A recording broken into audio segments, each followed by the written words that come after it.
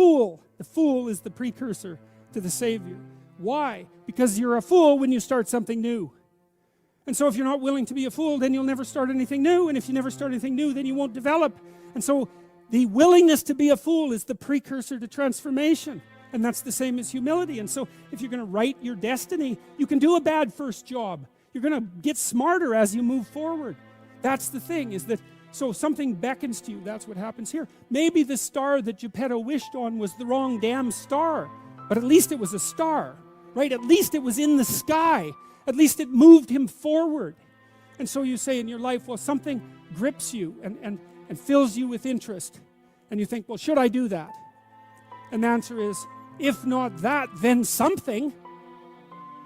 What if it's a mistake? It's a mistake. Rest assured. What do you know? You're going to stumble around, right? And what's going to happen is this. You're going to not stay in stasis. You're not going to wander around in circles. And I see people like that. They said, well, I never knew what to do, and now I'm 40. It's like, that's not so good. That's not so good. And you might say, well, and there is a literature too that suggests that people are a lot more unhappy when they look back on their lives about the things they didn't do than they are about the mistakes they made while they were doing things. And so that's really worth thinking about too, because there's redemptive mistakes. And a redemptive mistake would be a mistake that you make when you go out and try to do something. You know, you think, okay, I'm going to try to do this. And you're not good at it. You make a bunch of mistakes. It's like, what's the consequence? If you pay attention, is you're not quite so stupid anymore. That's the thing, is you've been informed by the results of your errors. And so what happens is you follow the beacon, you follow the light. And you're blind, so you don't know where the light is. It's dimly apprehended only, and you're afraid to follow it. But you decide to take some stumbling steps towards it.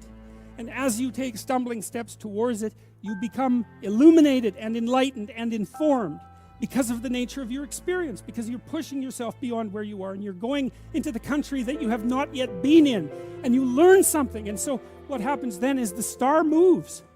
You move 10 feet towards it, and you think, no, that's not right. I didn't get it right. It isn't there. It's actually there.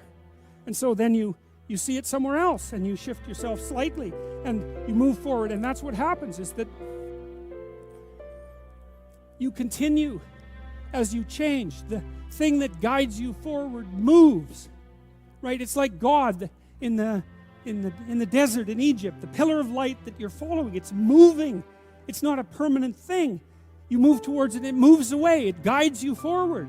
And so you say, well, is what I'm aiming at paradise itself? And the answer to that is no, because what do you know? You couldn't see paradise if it was right in front of you, but you might get a glimmer of it. And so you move towards it and you grow. And then the next time you open your eyes, you see a little bit more clearly. And that's what happens, is that just happens over and over, right? It keeps moving.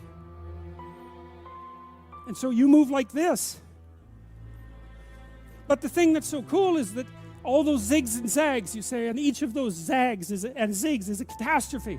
I hit a wall, my God, and then I had to die a little bit, and I barely got back up. It's a phoenix transformation at each turn, and it's painful. But the thing is that even though you've traveled 20 miles, let's say, on that road, and you've only moved 3 miles forward, you've moved 3 miles forward instead of falling backwards, because that's the thing too, is that if you stand still, you fall backwards.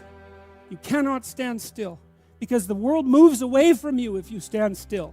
And there's no stasis, there's only backwards. And so if you're not moving forwards, then you're moving backwards. And that's more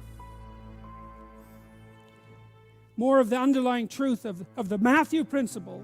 To those who have everything, more will be given. From those who have nothing, everything will be taken. It's a warning. Do not stay in one place. Well, as you zig and zag, maybe the cataclysm of each transformation starts to lessen. There's not so much of you that has to die with every mistake. And maybe you end up oriented at least reasonably properly.